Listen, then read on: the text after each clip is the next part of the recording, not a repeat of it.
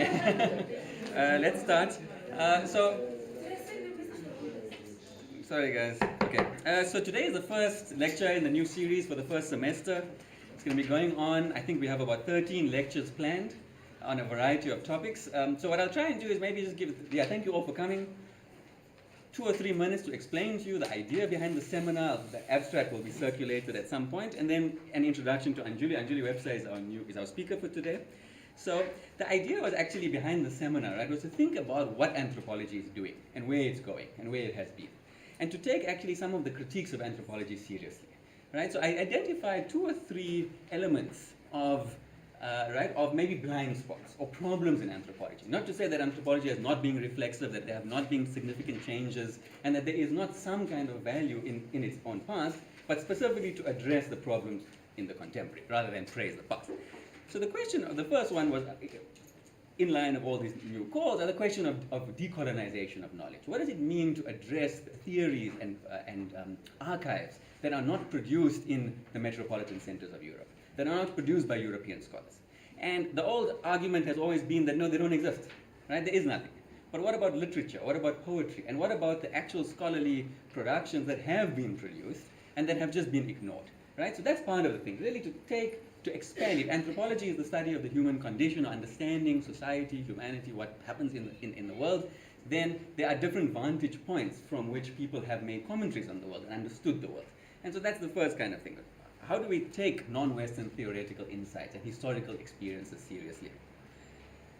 Related to that is then the problem, once you have people commenting and viewing and seeing the world from a different place and with a different perspective on history, then the question becomes, who are the subjects that anthropology evokes, right? That the kind of the evocation of the us or the we in anthropology. Anthropology is often about us moving out of our comfort zones, right? To study other people who are supposedly not like us. These kind of constant evocations of us and we are also doing something. They're producing particular vantage points and particular relationships to the subject under consideration. Now, what we know is that anthropology for the last 50 years has not been produced by so-called colonial scholars in the imperial centers moving out to Africa. So there have been significant changes in subjects, but unfortunately, as we will see, a lot of these insights from these scholars have been rejected. They haven't been taken into the mainstream. And so the question is, who are this us? Seeing that we sit here in a group of so many different people, who are this us? Who is the we that this discipline actually evokes? And I think the humanities in general. It's not really about...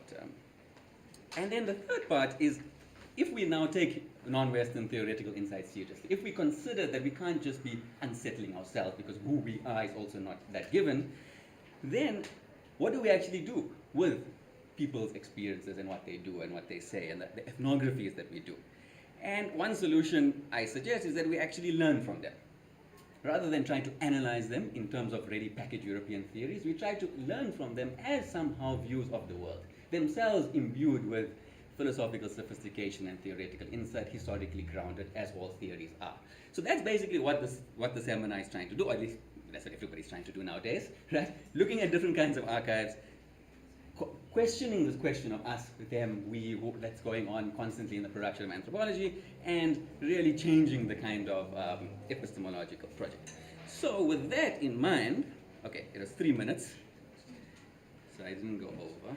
Well, I went 1 minute over. All academics must go over. Is to introduce Anjuli. So Anjuli is a PhD candidate in the Department of History at the University of Pretoria. She has a fascinating biography with a master's in anthropology. She describes herself as being inspired by critical feminist anthropology. She did an ethnography in Machadaland.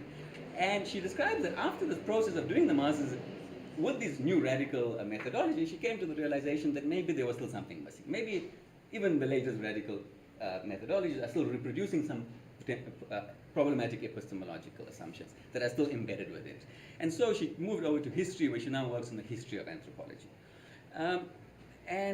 So she's basically looking at the history of anthropology, and she's basically looking at how problematic epistemological assumptions become embedded in the forms of anthropological knowledge, in the forms of anthropological writing, and how, I think she'll explain it to you. So basically, she described in some of her work the immediacy of apartheid. She says apartheid scholars they treated the immediacy of apartheid as the most urgent matter, without looking at the longer history of the colonial situation, where apartheid is only one instantiation, for example. She also speaks about the silencing of other voices. You can take this chair. And also thinking about continuities. So I think today she'll introduce us to questions of continuities. Anthropologists we're often interested in change and rupture. But the problem of rupture is that it assumes a kind of a blank slate, as if people who are in the world are somehow completely transformed the moment they encounter modernity or capitalism or new ideas or whatever. So the question here that she's working with is how to account for change and continuity, and in the context of the history of the discipline, with a very progressive aim, I think, to really make something better. Not to just break it down, but to do something in a more productive way. But the rest is up to her. So we're very excited. She's a PhD candidate, which also is quite important, I think, because we often think, you produce knowledge only when you're a professor, but actually you're producing it all the time. So yeah, welcome. Thank you.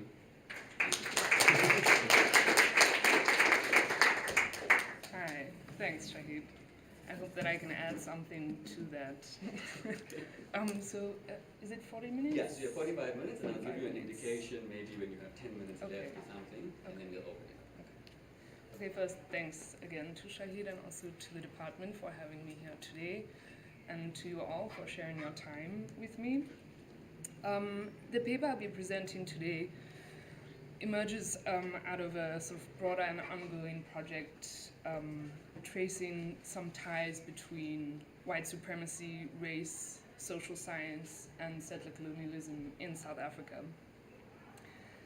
For this paper, I thought it necessary to focus on certain parts of the project to make the paper sort of as relevant to this audience and this department here today, and hopefully to do a bit of unsettling and provocation, but also to benefit from some serious scholarly engagement. So before moving to the paper proper, I'd like to offer several caveats. Today I'll be discussing social science's role in colonial apartheid and settler colonialism. To understand either social science or South Africa, we have to widen both our temporal and spatial scales. When and where did social science emerge in the world? How and why was South Africa constructed and consolidated into a settler colonial polity? And if we explore these sort of broader questions, we find that they have an uncanny set of interpolations.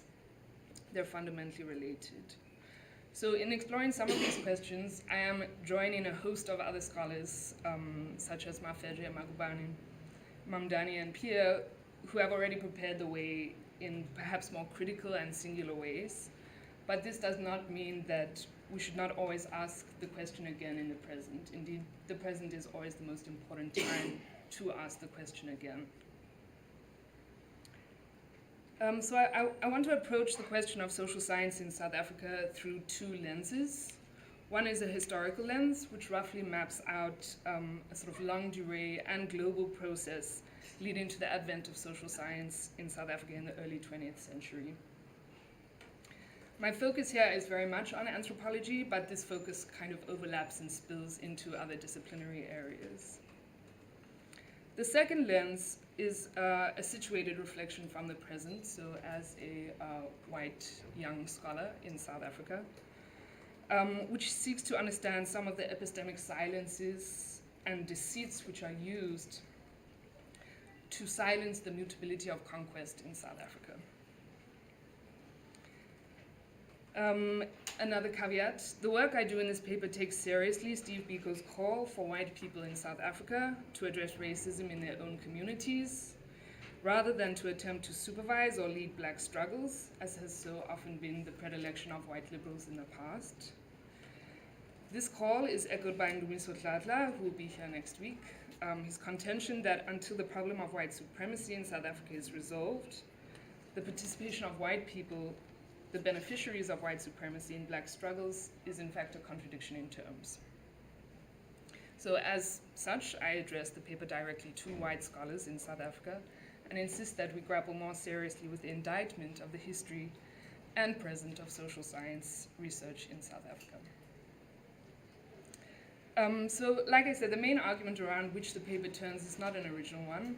I draw heavily from Archie Mafeje's position that the ontology of social science thought categories are unable to grapple with, and indeed are products of and consistent with, the colonial enterprise in South Africa. So what I want to grapple with here is the ethical significance of Mafeje's contention for white settler colonial scholarship in the present. Bongani Nyoga, who will also be here later this semester, has explored the politicization of Mafeje, a lot of which has come out of this area of the country. So the focus on Mafeje's biography, the focus on Mafeje as a polemicist, a debater, an activist, rather than on the theoretical significance of his extensive oeuvre, or his contribution to debates surrounding the epistemology and methodology of the social sciences in Africa.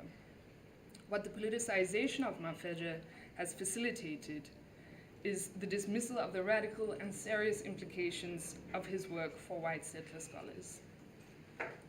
The ramifications of Mafeje's critique of anthropology and the social sciences in Africa more broadly have yet to be properly reckoned with in the Settler Colonial Academy. So I hope that this paper will do some work to resurface this exigency to the groups who benefit from its suppression.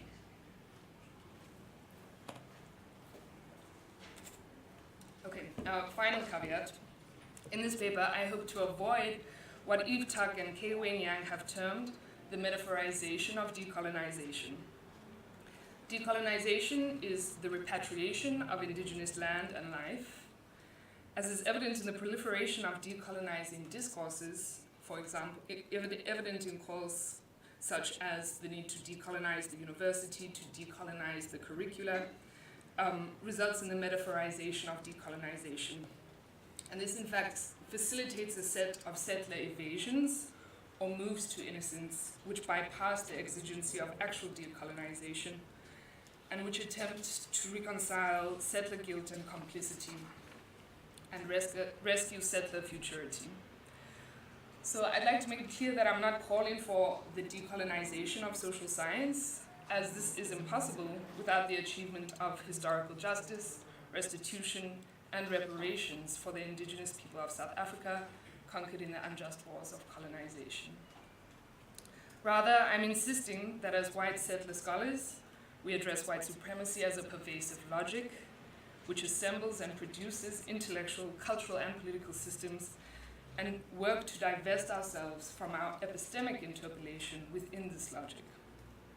This is the minimum necessary and unending work required to begin to address the centuries-long project of global conquest, domination, enslavement, colonialism, and inhuman violence that is our heritage and ongoing practice. Okay, caveats done, now to the paper proper. So to begin with, I think it's necessary to offer some brief notes on definitions and key terms that I'll be using.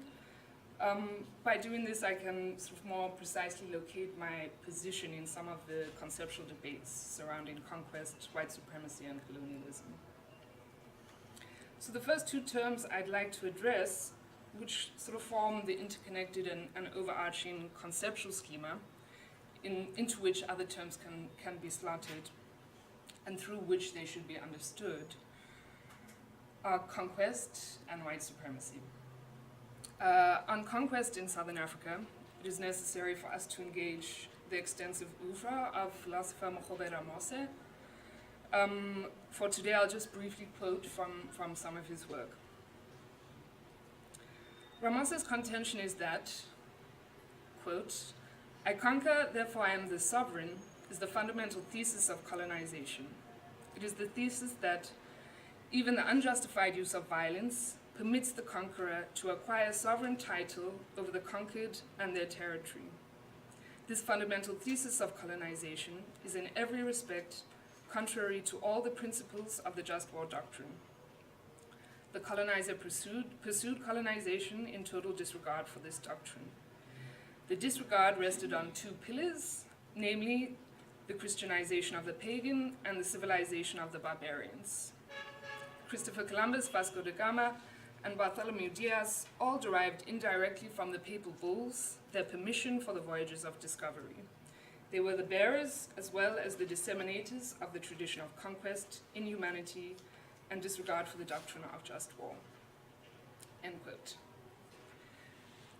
Following the establishment of the Rhea and Amity lines, which determined the areas in which the rules and justice applicable in Europe were no longer applicable, another quote, amorality, illegality, inhumanity, fraud, forgery, and the use of brute force as a means of conquest were the recognized method of acquisition of title to the territory of the indigenous conquered peoples.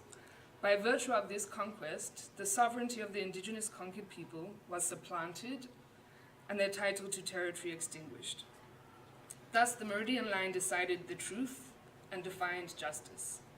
It arbitrarily defined justice as that which was due only to the conqueror and thus imposed no obligation on the part of the conqueror to reciprocate. End quote.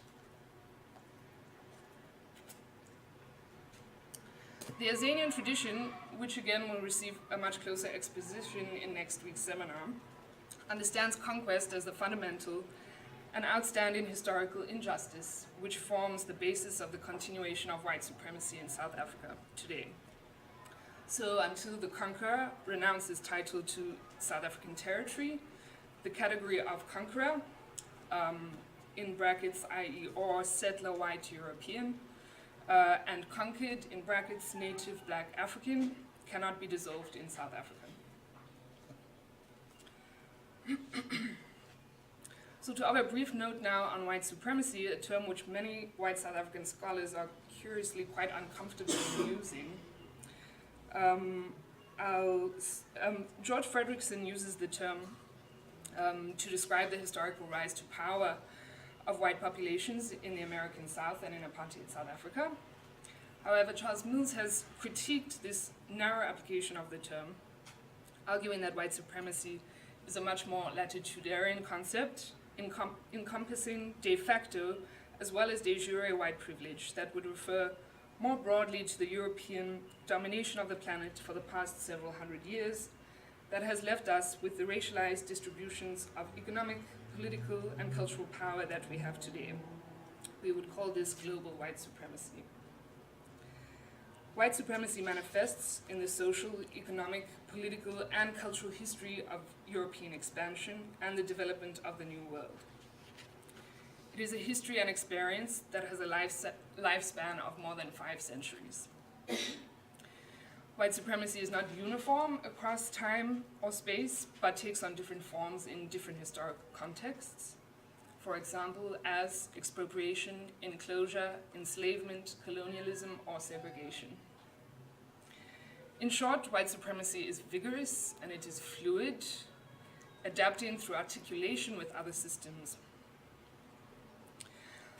Mills offers a temporal demarcation between 2 different epochs of white supremacy, that between formal white supremacy, paradigmatically represented by the legality of European colonialism and African slavery, and the present epoch of de facto white supremacy, which is the aftermath of slavery and decolonization, with formal juridical equality guaranteed for whites and non-whites. White supremacy continues to exist in a different form, no longer backed by law, but now maintained through inherited patterns of discrimination, exclusionary racial bonding, differential white power deriving from consolidated economic privilege. However, in South Africa, the de jure backing of white supremacy still exists. Section 25 of the Constitution has secured the regime of private property and white land ownership established and secured through the conquest of the indigenous peoples in the unjust wars of colonization. This is achieved through the requirement of compensation for the expropriation of land. According to Dladla, the right to property in South Africa is a logical and practical extension of the so-called right of conquest, and South Africa will remain a racial polity until it is completely annulled. So in its contemporary form in the academy, white supremacy materializes as a sort of latent force, appearing on the surface to offer a liberal, broad-ranged epistemological approach, but often concealed is a Eurocentric frame of reference. for everything worth studying. Okay, so having sort of offered very brief definitions of conquest and white supremacy, I think it's necessary to expand on their particular formation in the development of settler colonialism in South Africa.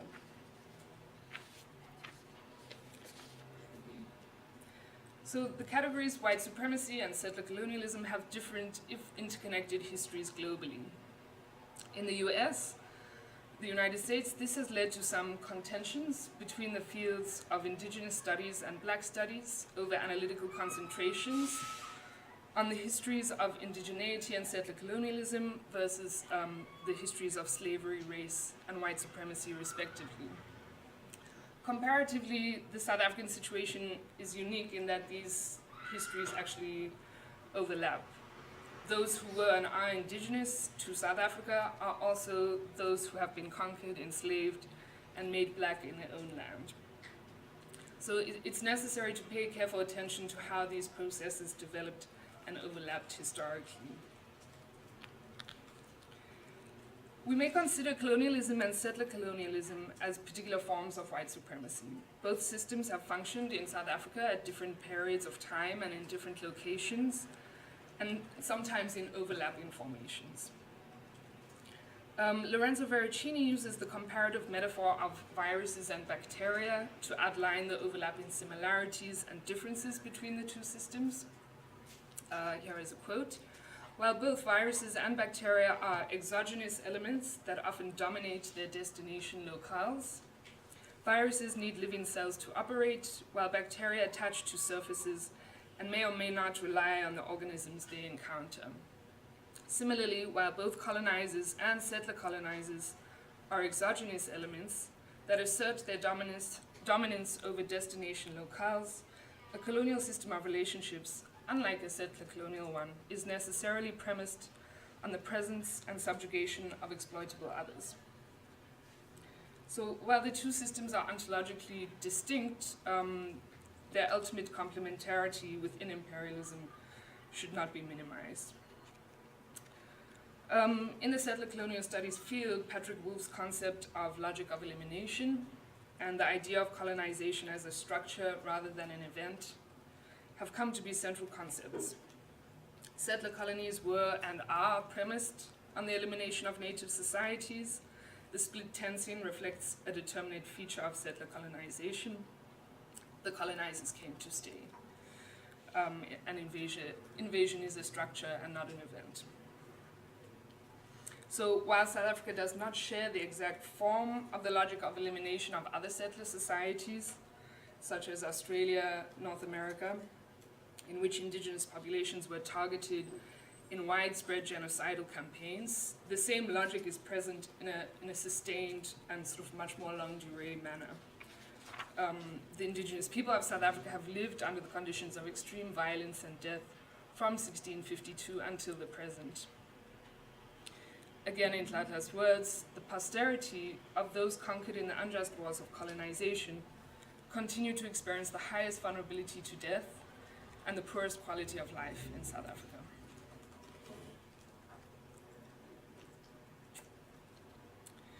So South African settler colonialism developed through attempts by the settler population to control the confluence of land and labor since 1652. So, as I mentioned, unlike many other settler colonies, the conquerors of South Africa did not follow a strict logic of elimination in relation to the indigenous peoples of the country. Nonetheless, the settler minority remained dominant over suppressed indigenous peoples, as well as marginalized exogenous peoples, thereby retaining the triangular citizenry relationship characteristic of settler colonial regimes throughout the British Empire. An important point to highlight beyond these sort of historical differences between colonialism and settler colonialism is the ubiquity and resilience of settler colonial forms in the present, something that Veracini has termed the global settler colonial present. Settler colonial phenomena are not restricted to settler societies, but have become ubiquitous throughout global governance practices and in fact constitutive of liberal modernity. In the South African context, the interrelation between historical colonial dispossession and white supremacy is outlined by Dladla when he writes that South Africa's primary political problem is the unjustified forcible seizure of land from its original rightful owners, the indigenous people of the country, from time immemorial.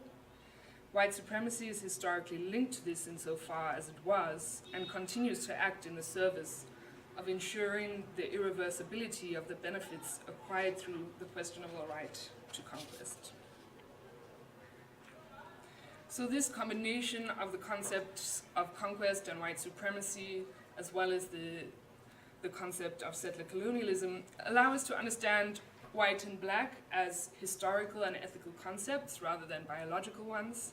White pertaining to the historical power established over 5 centuries of violence and dispossession following conquest in the unjust wars of colonization, and black describing both the constructed other of white supremacy and the collective political and ethical struggle against the unjust and inhuman project of white supremacy over the past 5 centuries. Okay, I hope that the preceding section sort of went some way towards outlining the conceptual map within which I'm working. In the next section, I'd like to focus in a bit on the topic of social science. And to borrow from Mafeje, the ontology of its thought categories.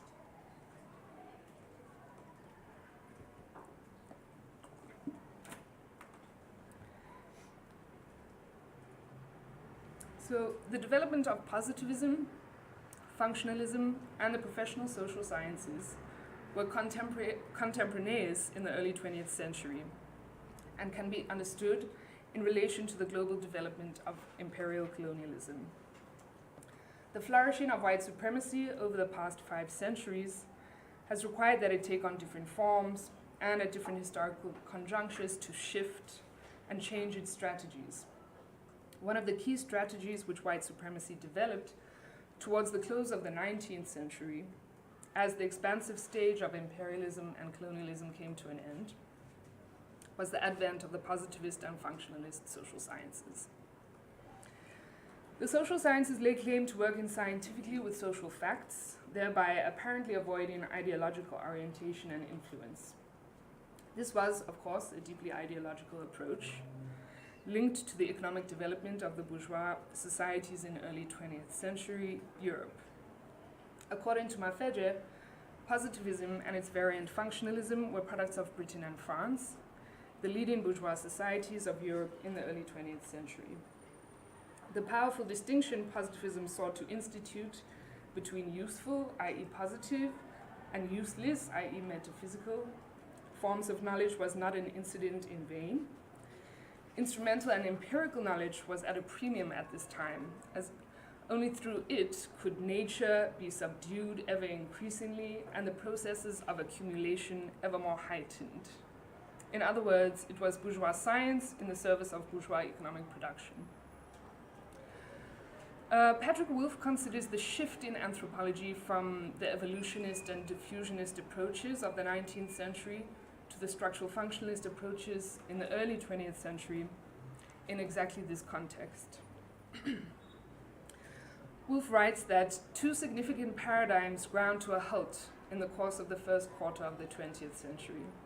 Geographically, Western colonialism stopped expanding, whilst epistemologically, Western anthropology turned from sociocultural evolutionism to structural functionalism. From the wholesale triumphalism of the expanding frontier, colonialism shifted to a different posture, offering indirect rule and fostering local autonomy. Analogously, the anthropological narrative shifted from an all-encompassing developmental hierarchy to a plurality of relativized and self-sustaining socio-cultural isolates. Anthropology is often singled out among the social sciences as the true handmaiden of colonialism. While anthropology was first through the door into the continent, the singling out of it among the social sciences as the most colonial is, as Mafeje contends, ultimately a mystification. So it's important to remember that anthropology was as much a bourgeois enterprise in the colonies as other social sciences were in the metropolitan countries. And that functionalism was the theory of the imperialist epoch in general. So, for example, Wolff outlines the historical relationship between anthropology, psychology, and sociology as follows. For most of the century, anthropology and psychology were indistinguishable, as is evident in their shared propensity for skull measuring. Since both were emerging from a common humanist discourse that embraced individuals and the species alike, the basis for their demarcation is obvious. It concerned scope rather than epistemology, where anthropology became xenographic and collectivist, psychology developed the autographic and the individualistic, while sociology developed the autographic and collectivist. The fourth possibility, combining xenography and individualism, was to remain beyond institutional imagining. So we see here the fundamental interrelation of the development of these disciplines. While they may have developed different objects of study, the other as primitive and always collectivist, the same as individual or collectivist, the objects of study were consistent with a Eurocentric humanist conception of the world, consistent with Hegel's world history, in which the other is denied the capacity to reason and is represented as subhuman.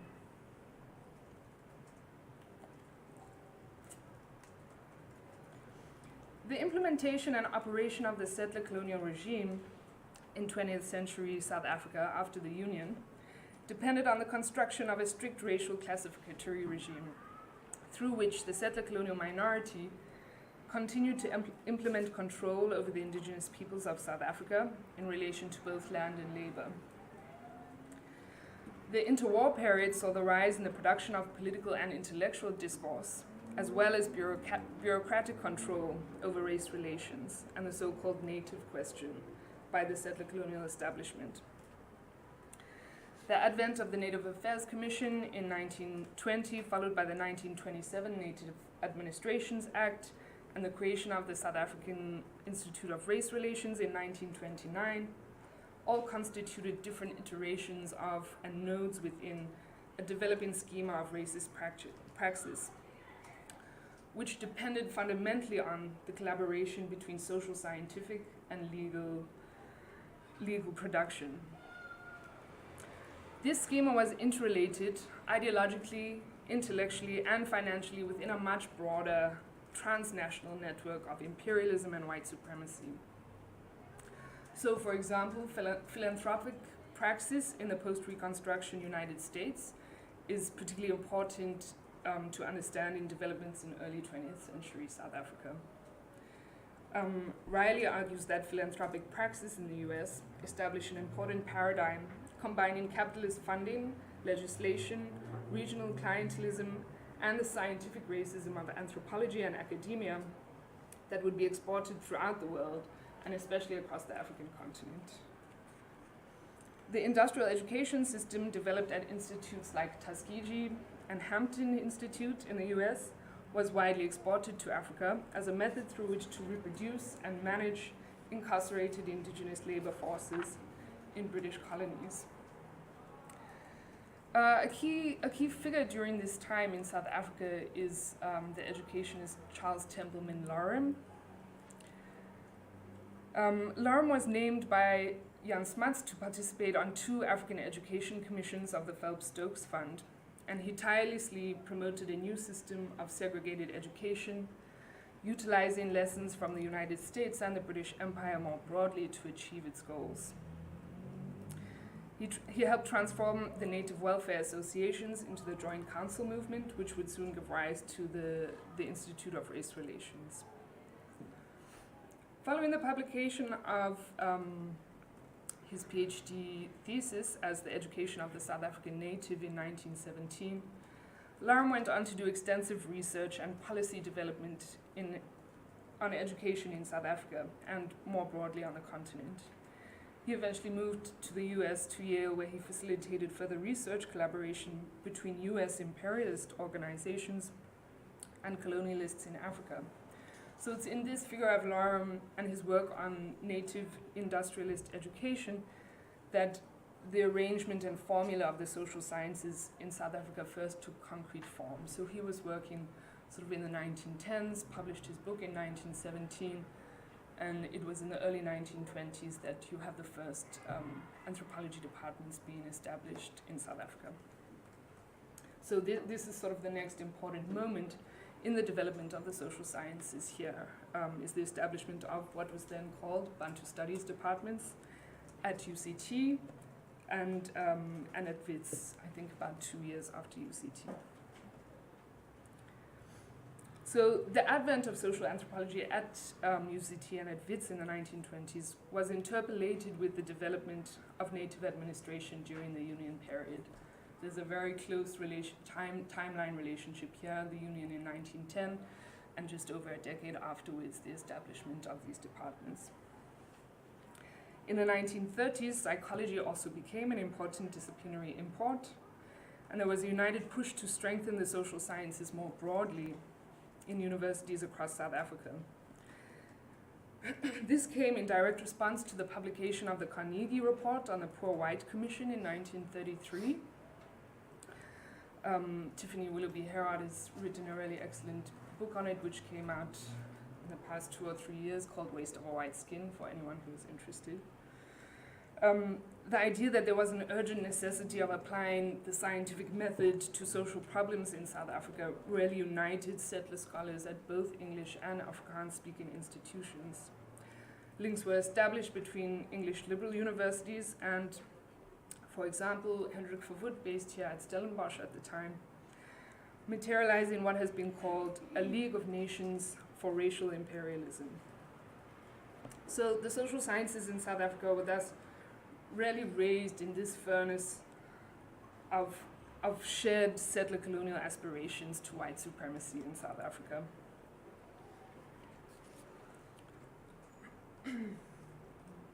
And this is, of course, not a novel claim that the social sciences were interpolated into this consolidation of the settler colonial state. But what does require further consideration is some of the conceptual underpinnings of this moment which might survive in the present.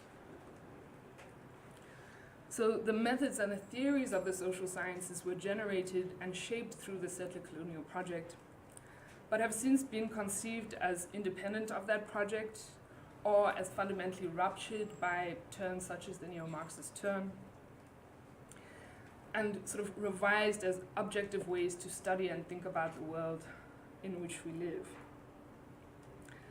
In part, the exceptionalization of apartheid in South African historiography has obfuscated the origins of the consolidation of settler racism and white supremacy through the social sciences in the early 20th century. This historical revisionism and silencing is an integral part of what Charles Mills has termed epistemologies of white ignorance.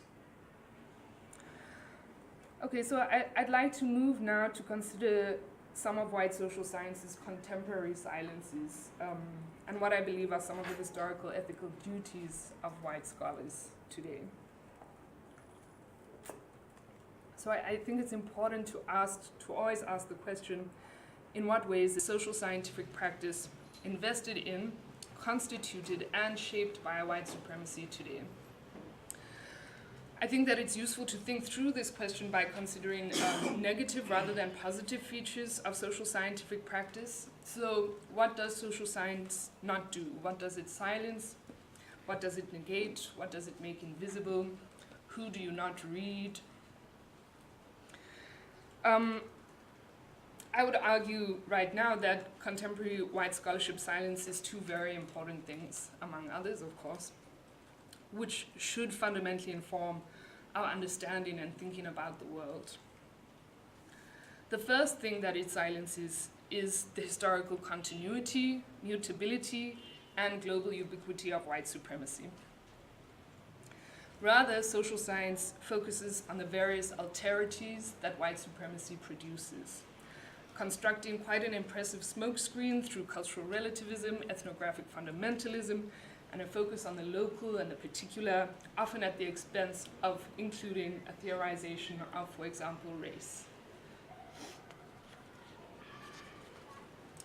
The second thing that I think contemporary white social science discourse silences is the Black radical tradition, and probably most importantly, its critique of Marxist theory. This second negative feature has a relatively clear correlated positive feature, which is the ubiquity of class analysis as one of the primary analytics through which South African society is understood by the white left. Did you say 40 minutes or 45? 10 minutes? Okay.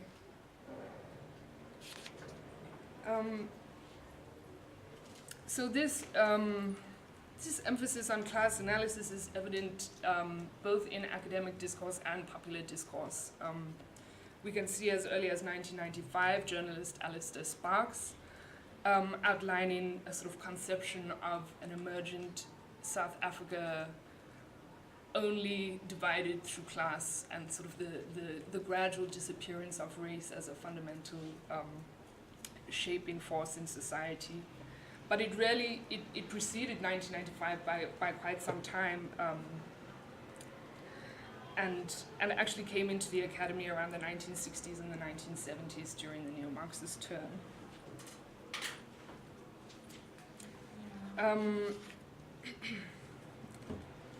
So Marxism entered the white South African academy during this time, in part as a response to the epistemological rupture and crisis to white supremacy, which was posed by the Black consciousness movement.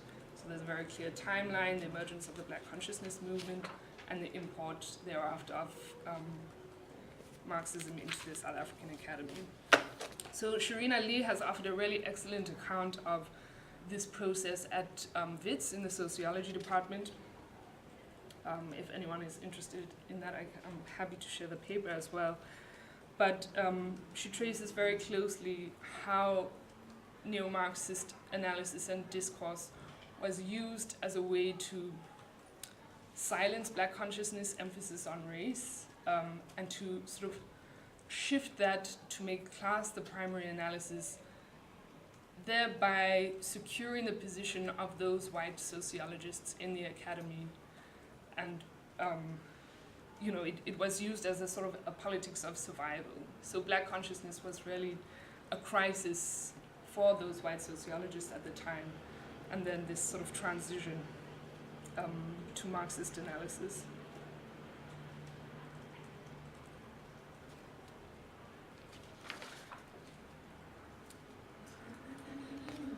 Okay, I think to fit in to the time, I'd like to move to the last section of the paper, wherein I outline what I believe to be the historical ethical duty of white settler scholars in South Africa today.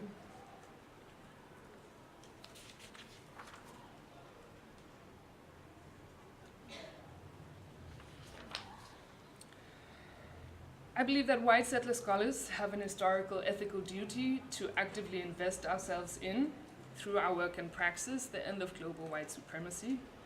This requires that we understand, accept, and advocate the necessity of restitution and reparations for conquest, enslavement, colonialism, and incarceration in all its global forms, but particularly in the local contexts in which we are embedded and in which we benefit from the structural inequalities of white supremacy and racism.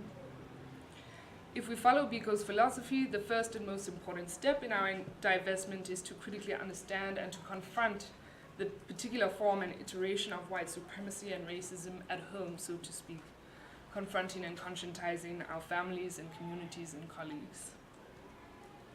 I think that our historical ethical duty has two main components beyond this. The first is a material divestment of all land and wealth accrued to us through the conquest of the indigenous people of South Africa in the unjust wars of colonization, and since then through colonialism and settler colonialism.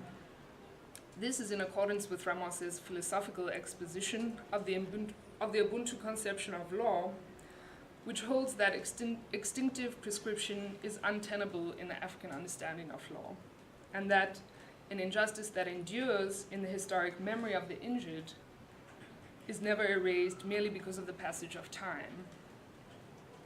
As such, the restoration of title to territory and the reversion to unencumbered and unmodified sovereignty to the same quantum degree as at conquest remains the basic demand of justice due to the indigenous conquered peoples. This includes the exigencies of restitution and reparations. As white settlers, our historical ethical duty thus includes the payment of reparations towards restoring the wealth and power accrued through stolen land and over time through the violent and inhuman extractive and eliminative systems of white supremacy and settler colonialism. Material divestment and reparations is not sufficient restitution for the material and historical power gained through centuries of white supremacy, nor the ultimately incalculable material, social, psychological, or epistemological damage done by the enormous violence and eliminative logic of white supremacy. It is only the most basic first step in facing and accounting for our inhumanity, past and present. The second and related component is the divestment from epistemic and intellectual racism. One of the most valuable resources available to us in facilitating this divestment is the extensive Africanist literature across all disciplines coming from the continent and its diaspora. I would recommend as a starting point for white scholars in South Africa, Mogobe Ramos's entire oeuvre, the edited collection, The African Philosophy Reader, and Cedric Robinson's Black Marxism, The Making of the Black Radical Tradition. Robinson offers a meticulous analysis based on a longue durée historical account of the formation of white supremacy, back through the European medieval and feudal ages, and an accounting for the historical agency of its epistemic regimes. This historical agency has resulted in the inherent shortcomings and limits of Western radicalism. These are well demonstrated in one of the West's most successful radical imports, Marxism. To quote Robinson, the limits of Western radicalism as demonstrated in Marxist theory, the most sustained critique of the modern era, are endemic to Western civilization. Those limitations relate directly to the understanding of consciousness and the persistence of racialism in Western thought. It would have been exceedingly difficult and most unlikely that such a civilization, in its ascendancy as a significant power in the world, would produce a tradition of self-examination sufficiently critical to expose one of its most profound terms of order. Okay, I think in conclusion I'll just offer a very brief wrap-up of some of the things that I've touched on today. So in the paper I explored some of the historical and contemporary connections between conquest, white supremacy, settler colonialism, and social science in South Africa. The history of social scientific study in South Africa has been one of investment in the epistemological paradigm of conquest and white supremacy.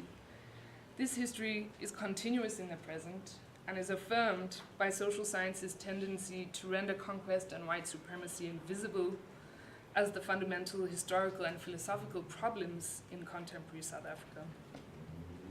Paying attention to apparent problems such as class difference silences questions of outstanding historical justice, restitution, and reparations. And it is my contention that as white settler scholars, it is our historical ethical duty to attend to the outstanding exigencies of restitution and reparations, as well as to divest ourselves from the intellectual racism that is our heritage and practice. Thank you very much.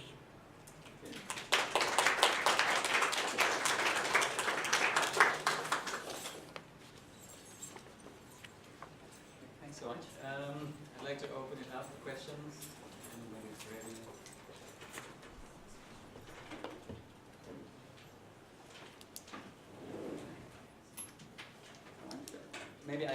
start, while everybody's still formulating the questions, I want to ask you two questions. One which I think is easy, just because you're a guest. It's not easy. Wait. So just to talk about, you spoke about how a turn to Marxism in the 1950s or 60s becomes a kind of a response to black consciousness. Can you elaborate on this a bit more? Is it because the black consciousness movement was so deeply Marxist as well, that they brought both Marxism and the problem? Or are you saying anthropology in South Africa was not engaging Marxist thought before? Or was there a more radical turn to Marxist thought after black consciousness? Or maybe some more details of that kind of historical moment, and how you see that actually in the contemporary, I mean, if you have looked at it yet. What are the dominant modes of analysis? Are we still with a kind of a liberal Marxist tradition, or do you see some kind of change? Okay, my other question, I'm the chair, so I can take it too. When you spoke about white supremacy, you speak about systems. So you speak about colonialism, settler colonialism, white supremacy, and you use this idea of system. Now, thanks to you, I just read Archie Mafedi's brilliant essay in 1976, it's groundbreaking, and it's a very, very strong critique of systems thinking, and how systems thinking is indebted to functionalism. And functionalism is precisely, like he explains, a deep Enlightenment inheritance of related to capitalism and conquest and all kinds of, and which we know, in terms of the whole categorization that Foucault and Marx talk about. So, I think so, if I'm right about it, the reading. But now you employ also the idea of the system in speaking about it. Okay. So, I got a question. I thought there's a problem of analysis. I want to know, what do you mean when you say system? Okay. And how do you take his critique, or maybe you reject his critique? Yeah. Okay. Should I? Yeah, I'll you can answer answer those, one at a time, I think. And Okay, I guess I'll do the second one first. I think that my use of systems is much less well thought out than you might think it is. Mafedra's critique is really of functionalist systems, so the conception of systems as functionalist. And I think when I use the word systems, in terms of white supremacy, it's much more the idea of systemic or structural. It's a global system rather than a system which functions, a functionalist system as such. Yeah. like a closed system. So the Marxism as a response to black consciousness, again, the Ali article really focuses on this question very nicely. And her argument is basically that it's a reactionary response to the demand of black consciousness or the insistence by black consciousness that race is the most important sort of structuring factor of society. So then you have South African scholars who are at largely UK institutions around the 1960s, people like Schüler Marx, who then come back to South Africa and bring this kind of Marxist import, and it arrives at a time at which it's very convenient for white scholars to latch onto it, because it says race is not so important, we need to consider class as the more important factor in South African society. So some of the modes of analysis that they start using, for example, in Anthropology at Wits, you have people like David Webster who start concentrating on the very immediate effects of apartheid, so sort of everyday immediate effects of inequality, and this allows them to sort of forget the fact that this is part of a much longer durée history in which they themselves are inculpated. So it allows them to sort of forget that they are white scholars in the South African Academy during apartheid, and to sort of point a finger at the effects of the apartheid system. Yeah. F4 is a colleague in the department. Thank you so much for the discussion. I'm curious. There's many things. I'm interested in the ontological, or at least your critique of the ontological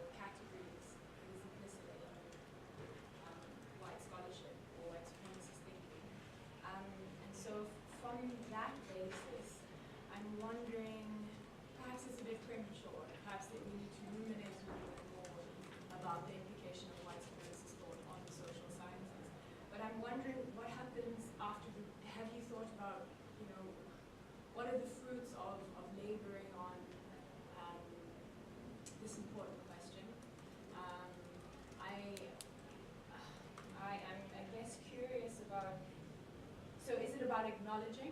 Is it that white scholarship needs to acknowledge its complicity in building and adding on to white supremacist thought and practice? And then after that acknowledgement, what does that acknowledgement look like? Does it mean dismantling epistemic reference, restructuring, redoing things? And then also, does it then mean that when an acknowledgement happens, that one relinquishes an entitlement of conquerors or mentality? Because I think that was one of the things that you said, was that there's a conqueror mentality. Oh, sorry, a what? Conqueror mentality. Okay, yeah. Which you started with, I think. I'm not sure. So it's a bit. I'm just interested in what happens afterwards. Yeah. Okay. Well, the critique of the ontological categories of the social sciences is not mine. It's Mafeje's, and his contention is that anthropology cannot escape its formation in making sense of the racialized other of the West. So, I mean, his contention, along with other African anthropologists like Ife Amadiume, is that anthropology cannot survive. It has to be destroyed. Personally, I'm with them on that one. So I currently don't have faith for what survives after anthropology, and I think as I said, it's not a question of trying to decolonize anthropology, because there is no anthropology without white supremacy. We can't ask what does white supremacy add to anthropology, or what happens when we take white supremacy out, because these are interrelated things. Yeah, do you want to jump in? So I just meant more broadly, not necessarily about the anthropological practice, but more broadly in the social sciences, because the social sciences really does have this hangover, this colonial ethic, Yeah. orphanons, visual ethique. We have all of these morals and values that are overlaying the way people reproduce knowledge. So it's less so about anthropology and all its problems, Sure. and more about the social sciences Yeah. as you have presented. Yeah. Yeah. Yeah, I mean, we could sort of transpose the one for the other. So insert where I said anthropology, social science. Yeah, I mean, I think following Mafeje again, it's a question of overcoming positivism, really, which is still something that structures social scientific praxis even beyond the structural functionalist moment. I've made a move to history. That's been my that's been my way of dealing with it. I don't think I have sort of a way to understand it more broadly, but on a level here, I think that white social science scholars need to stop focusing on black alterity and sort of particular local iterations of black alterity in order to sort of move beyond those ontological thought categories of the social sciences. Yeah. There's someone. Oh, okay. Thanks very much. I suppose I'm taking up Shaheed's point. I mean, I do see a kind of epistemological functionalism. That, I mean, an example, and there are many examples, is that Marxism systematically obscured attention to race in the South African context. But Marxism in the South African context also drew great inspiration from Stuart Hall, from Fanon, from C.R.L. James, from a whole range of black Marxists who were not just following, they were leading the debates of the time. And the whole decolonization moment of the 1950s and 1960s and the internationalism of that moment. So South Africa, sort of what you call the white Marxist, Mafeje was a Marxist, so it's steeped in it. And today you can see some of the key black intellectuals are quite steeped in Marxism. So it's like you feel a need to draw that clear functionalist argument that it was all a smokescreen for obscuring race, which for me, you'd have to do a lot more work to try. And then my second point would be to look at those closet Marxists, such as Max Gluckman, who couldn't be an open Marxist. He was an anthropologist doing work that I teach it today, and you know, it resonates very powerfully. It's way ahead of the reflexive turn of Clifford and Marxists. George Marcus and James Clifford's work, it actually is looking at how race plays itself out in the production of knowledge in the 1930s in what he calls modern Zululand. And it's incredibly, anyway, so what I'm saying is you seem to skirt over massive amounts of messiness to write a quite clear functionalist argument. Okay, if you can just clarify, because white scholars reference black scholars, they concentrated on race in their work. I mean, could you give me an example of one of... They were influenced by their ideas, not just references. So that's all I'm saying. Okay, I don't think that's a sort of solid critique of the contention that people were influenced by black writers, sure, but how did that affect their analysis of the South African situation? Profoundly. So okay, can you provide me an example of someone? Sorry, I'm going to. We can chat later. Okay. Okay, and then the second question. Well, when one goes into what anthropology does, and the people who are often marginal figures, Gluckman, for example, is banned from, you know, because he goes against the colonial. I mean, you can easily skirt over the messiness, is what I'm saying. Yeah. And you know, I'm an anthropologist, so I'm going to sort of try and draw attention to the messiness of the history. The colonial, Talala Said in the 70s already wrote a definitive book, Anthropology of the Colonial Encounter. Most people I was taught by took that on board fully. So I'm concerned about a caricature of anthropology. You know, that, you know, it's denied, it's colonial embeddedness. No, far from it. So, yeah, that's all. Yeah, I mean, I think this citing of the Gluckman situation is kind of an easy trick that that scholars like to throw in. I don't think it's significant, really, that Max Gluckman was denied access to his research field. One example we can find out, but that's not what I'm going at. It's more the functionalism of the argument. Being? That Marxism was simply a ploy to obscure the attention to race.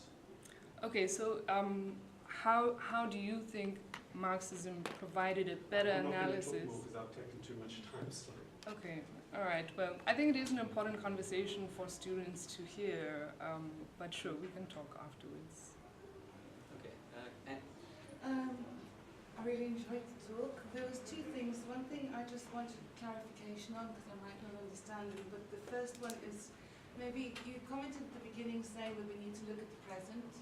And I somehow wonder if your analysis just doesn't pause maybe in the 1980s when this revival of Marxism, then a certain form of Marxism, because as we know within feminist Marxism, which I'm more familiar with, you certainly had a turn in the 1990s and we started to look at different facets of things, and then came in race as class with race. And that is certainly maybe in the present, maybe a bit more than in the 1980s that you're saying that the classist Marxism, right? Yeah. So how fair is that really now if you're talking about the present? Yeah, I am for... The other thing, you talked about a triangular form with the British colonial... I just missed, maybe you could just clarify that for me. Sure. Okay, on the first question, I unfortunately did skip over one last section of the paper, which speaks a bit more to the more recent situation. So since the neo-Marxist turn, sort of at the moment, at the transition to democracy. And I draw a little bit on a paper that we're going to be reading with the students later by Jemima Pierre, which traces the resilience of racialized thinking through the cultural turn after Clifford and Marcus, and traces some of the continuities there as well. So I think once I work a little bit more on the paper, I'd be happy to share that as well. Sorry, what was your second question? You mentioned something about a triangular form of the British colonial rule. Yes. Okay, that's a theorization from settler colonial studies. So a theorization by Patrick Wolff and Lorenzo Veracini in their theorization of settler colonial society. The triangular citizenship relation is so a native population, a settler population, and then sort of migratory, exogenous, but not native population, which is also incorporated into the settler colonial setup. So that triad comes from their work. Nadia? I don't know if I'm actually placed to ask this question anymore, not after those conversations, but I think I should. So I'm not an anthropologist, let me say that first. I'm an English studies, but I do have a background in social sciences. I've had experiences of writing reports. I was thinking about Elaine Salo's work. Do you know her work? I don't know her work very well, but I knew her. Yes. Yes. I did my undergraduate at Pretoria, Yes. so. And Elaine Salo would be regarded as, well, she didn't call herself this, but a feminist anthropologist. And her work was interesting, particularly because she moved against that kind of hegemonic way in which you partially defined anthropology. And she did a lot of the local work. So she went into Manenberg, for example, if you're not familiar with Manenberg in Western Cape, and she did a lot of work with people she knew. Turning on its head that whole idea of the observed and what constitutes a subject and who constitutes an object. And so I was thinking about when you say that we don't have much hope in for anthropology continuing the way in which it is continuing, and I totally understand why you would say that based on the ways in which you have reached your argument. But I'm also thinking about what scholars of kind of are doing with anthropology, the interesting work they're doing, and essentially challenging the normative ways in which anthropology has been practiced. So if there is an extinction of anthropology, what we do with that very substantial, comprehensive, and interesting work that new kinds of anthropologists are doing. Yeah, thank you. If I didn't make it clear, let me make it clear now. I am speaking directly to white social scientists. I don't think that there is a universal anthropology. Whatever anthropology it is always informed by that person doing anthropology and whoever they're doing work with. So I absolutely take your point, and that's it's not the subject of this critique. So this one is speaking much more directly to white anthropologists or white social scientists. Yeah, thank you. I wanted to make a comment to Stephen because we always talk about this Gluckman thing, and I think that point proves what she is saying for me. Because I think that what happens is we often look at the fact that local complexity can either do two things. We were actually discussing this over coffee. What does complexity do? Does complexity give us a deeper understanding of a kind of a plausible, like kind of picture of the discipline of the world, or does it just somehow refute it? And I know we've discussed this before. So for example, in Jemima Pierce's paper, she actually addresses this. She addresses how a certain kind of white liberal tradition will take someone like Gluckman and look at the positives, right? For example, him getting kicked out. So therefore he was against, and there was complex. No. But then she shows how in 1955, he was basically part of an apartheid commission. So he's rubbing shoulders with people. So for me at least, the question is, while that is relevant, complexity is always relevant, right? For understanding the subject positions and the differences. Once we start to consider another person out there, I've given you an example before, the black guy walking down the road might see a difference between groupman and the colonial officer, but actually there were certain things they shared. So once the subject position is changed, maybe that complexity doesn't actually negate the structure, but it actually tells us much more about the complex ways in the structure operates. So I don't agree that we throw it out, we have to keep it. But I also don't agree that we can look at instances of positive pasts to somehow rehabilitate. Because if the leftist Marxists were reading Fanon and all these guys in the 70s, yes, and you're right about that, of course, no, it hasn't come in deeply enough. Because if I look at, for example, personally the way that race is discussed, I think Anjuli is quite correct. There's a piety around class. Class is the material reality. Race is something we're going to wish it away. For example, and no, I think I'll have to write the paper one day to show you, because you have to go look closely at every single talk you go to, and it's something that's going on. So there is something happening, and there is something, because when we look at this, say for example, Fanon was in the news right now, I think it's very clear that his analysis of race is full of class, full of complexity, and it's not that it simply goes away, or that it's constructed and whatever. So we don't actually take it seriously, I think, in the normal side. I will defend her and attack her. Is there any other? Sorry, I just was curious. When you delivered this paper elsewhere, you say quite pointedly that you're directing this to white social scientists. Bear in mind, I said social scientists and not anthropologists, because I think also people are getting a little bit borrowed down into this is about anthropology. It's also about the social sciences, because the way in which we frame things and think things is actually permeates itself throughout the social sciences. So I'm wondering, when you deliver this paper, how is it received? Overwhelmingly, I imagine that there's a lot of defensiveness. And so in my curiosity and in my studies into whiteness, I'm very curious about this defensive like thing that goes up, where I don't know if people are feeling somehow that that they are complicit, and that one is struggling, which is why I asked the earlier question, what happens next? Is it a struggle because one is unsure of how to move? Suddenly we're faced with this mirror of complicity. Is there a struggle of like, well, I don't know what to do, or what is it? How do you how is it being received by other audiences? This is the first time I'm presenting a paper, so it's newly written and still being developed. So you have been witness to some of the reactions from white scholars to it, which, yeah, I would expect I'll probably receive anywhere that I present it.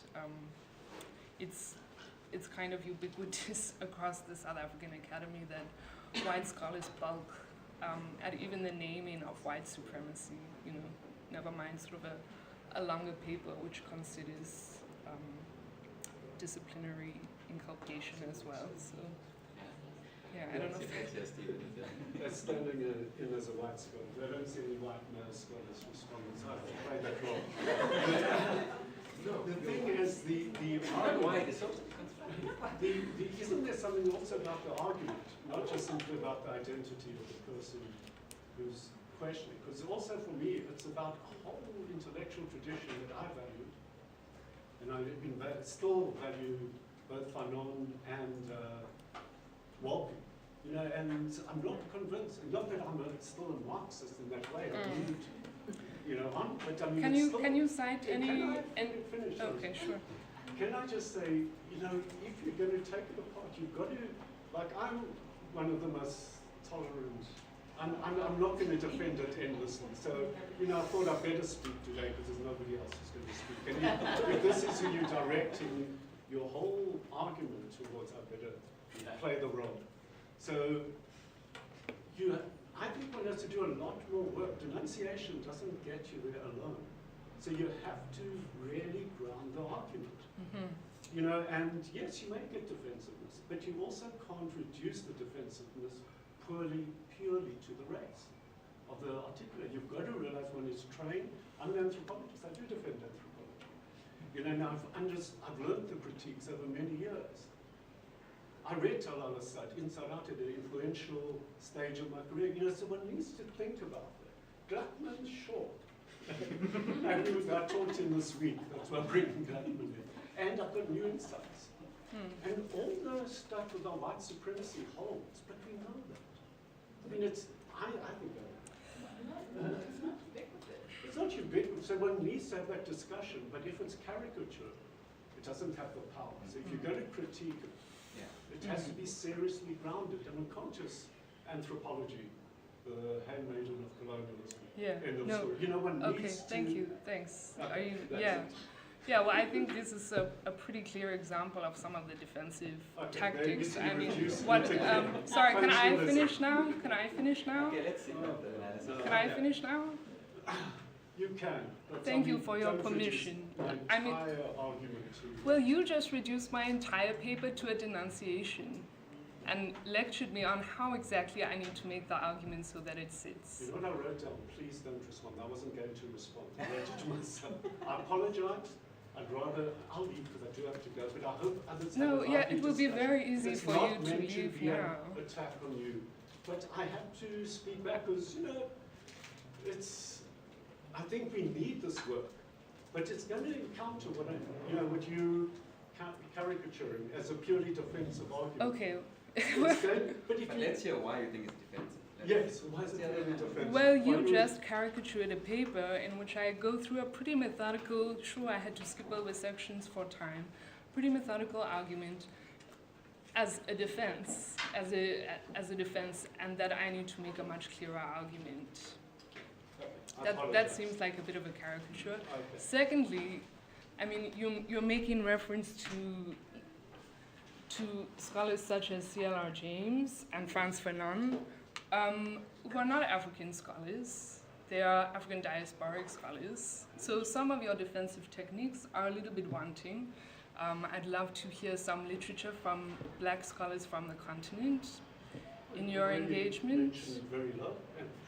And, thank you very much. I apologize Well, if it was I mean, defensive. only a white man can leave, without listening Okay, then I will to stay. the argument. To refute. But yeah, perhaps we've wasted a bit too much time on this.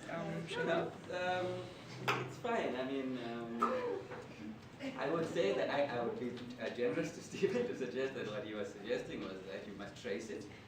And I would be defensive to Anjuli and say that if you read some of the people that she's working with, they have traced it. So she's working on a tradition of thought, a critical tradition that has. So Archie Mafeja's 1976 paper is phenomenal. I can't believe I read it on Monday. Mind was blown. This guy is writing a deep global analysis of the social sciences, and it was completely rejected. South African scholars have said Mafeja is a polemicist, political. They've written him off. They have written him off. So the question is, why are we right of such a great scholar? It makes me angry. It makes a lot of us angry that we have great scholars. And Mafeja in 1976, who is he referencing? Talal Asad. Other post-colonials, where did we meet them? In Cambridge. They were launching a massive critique. You may have learned Asad in 1970 in South Africa. This stuff is not considered mainstream anthropology today. There is still a lot of cultural anthropology, etc., etc. So the work has to be done, and we have to look at it carefully. But I also defend Anjuli and say that actually it has been done. So Mafeja's paper is an amazing paper, and then Jemima Pierre builds on that, and there's other scholars that do this critical. They show it. So, yeah. Some of it's done. Maybe we need it in our curriculums. Maybe that's what we need. We need more Mafeja, in our curriculum, and other people. And I think even diasporics. Anybody else? Maybe they should talk. You should talk. I mean, we've been talking past each other, really. And you really should talk. Don't leave the conversation. I know you're feeling. I know I've been there. I know how I feel. But I also understand what you're saying. I think you need to talk to each other. I don't know why I'm saying that. Dialogue. Too liberal.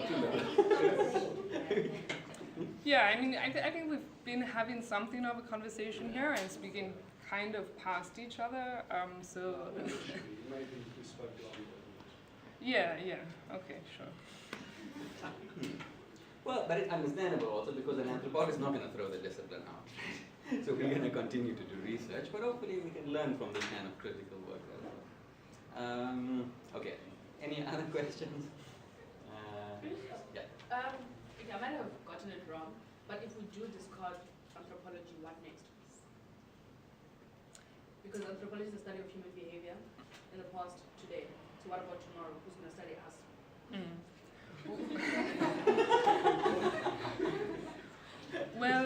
I don't think that I'm qualified to answer that, but there are many forms of studying of the human past, present, and conceptions of the human feature which don't depend on a positivist episteme. But like in a sense, if, let's say we discard anthropology, then historians then also feel, we can just discard history. Well, Then it's a whole... I mean, we're asking questions about what exactly makes a discipline. So what makes anthropology for you? Is it participant observation? Is it ethnography? What makes anthropology anthropology? Is it not that which I choose it to be, the same way it will be that which she chooses it to be and the next person chooses it to be. So it's obviously my lens, that whichever one I choose it to be, right? So let's say I choose it to be ethnicity, and then but someone else chooses it to be something else. So it means it needs to stay for that type of... Yeah, I mean, I don't think that it's what you choose it to be. I think we're working within particularly disciplinary sort of, I don't want to use the word system or structure anymore, but traditions. So there are historical studies of ethnicity, there are philosophical studies of ethnicity. So no, I don't think we can just make anthropology whatever we want it to be. It has a history and is a discipline today because of that particular history and those transformations and supposed ruptures.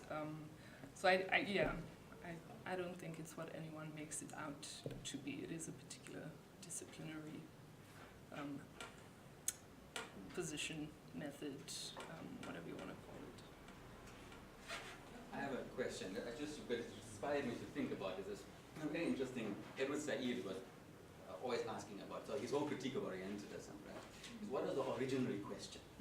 Where do beginnings, where does the research question start? And so he used this method, but he's also got a book called On Beginnings. And I haven't got very fine to it, but what I gathered is it's somehow resembling what you are talking about, right? That you can trace that a discipline or originary moment can tell you something, not necessarily everything. And that's a mistake people make in the history. They assume that when you say something, you mean everything. But basically, it can tell you something about the subsequent development. And I was just thinking about a lovely book I read last year on religious studies, where the guy traces the study of religion in Europe for like 150 years. And it is so clear that certain concerns about order and power and advancement, etc., were deeply embedded in all those questions and continued across. So are you suggesting, to return to this question, what do you think about this kind of idea? Is that what you're getting at, that we're actually retaining some kind of this origin, even as we clearly change, the demographic changes, everything changes, the Marxism is out, literary theory is in, there's many things going on. Yeah. And we know that there's complexity, but maybe there's something. Yeah, but again, that's not an original argument. I agree with the argument that is made by Mafeje and Pierre, among others. So Mafeje's argument is that anthropology cannot escape its originary moment, which was a racialized conception of the other. Pierre's argument extends Mafeje's argument by tracing how, through the shift, the cultural turn, or the study of this sort of vague idea of culture, that racialized understanding and reconstruction of the world is still there. So yeah, I would agree. I haven't read Said either, but I would definitely say that origins can tell us a lot about present praxis. If you consider disciplines like history and philosophy, these are disciplines that originated in many different places, but as we know them in the university today, they originated in Europe as a way of understanding European society. Anthropology, on the other hand, has quite a different, much later disciplinary history, and we need to ask why. So what do these disciplines do? What kind of archives do they consult? What kind of methods do they use? Why they started the way they did, and how that kind of progressed over time, and if there are in fact disciplinary ruptures or if they are not. So I recently published a paper on this question on anthropology at WITS, which traces from the 1920s moment through the neo-Marxist turn, the 1990s up into the present, which was then 2016. So sort of tracing these different conjunctures, and I eventually made the argument that despite apparent ruptures, there is a fundamental continuity since the 1920s and until the present. That's my position on it. Okay. That's good. Thanks so much. I think it was a great seminar because indexing transformation is about the university. And the university structure is there, but the disciplines we can change. We can't change structures, right? So I like the debate. Hopefully we continue it.